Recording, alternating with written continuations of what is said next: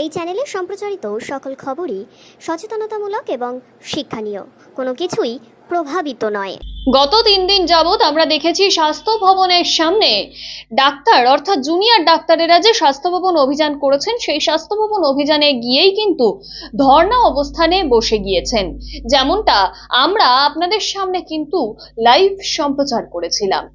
তারা কিন্তু 3 দিন যাবৎ দিন রাত ঝড় বৃষ্টি তীব্র রোদ গরমকে উপেক্ষা করে স্বাস্থ্য ভবনের সামনে অবস্থান বিক্ষোভে আছেন। ইতিমধ্যে আমরা এই চিত্রও দেখেছি যে জুনিয়র ডাক্তারদের 30 জনের একটি টিম নবান্নে পৌঁছেছিল বৈঠকের জন্য, যদিও বা বিভিন্ন মতবিরোধ থাকায় সেই বৈঠক সম্পন্ন হয়নি এবং সেই নবান্ন থেকেই কিন্তু সেই 30 জনের টিম আবারও স্বাস্থ্য ভবনে ফিরে আসে এবং তাদের আন্দোলন কিন্তু জারি আছে।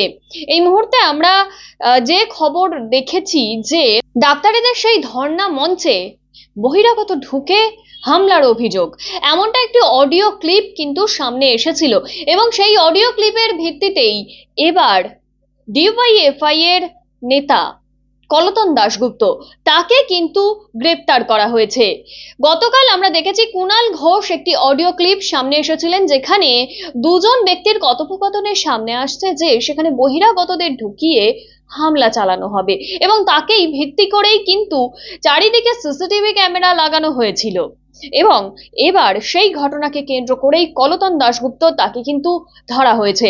সূত্রের খবর অনুযায়ী লালবাজার থেকে ফেরার পথেই রাস্তাতেই কলতন দাশগুপ্তকে পুলিশি হেফাজতে নেওয়া হয়েছে, যদিও বা পুলিশি সূত্রে কিন্তু এমনটাই জানানো হয়েছে এই অডিও ক্লিপের সত্যতা এখনো পর্যন্ত জানা যায়নি।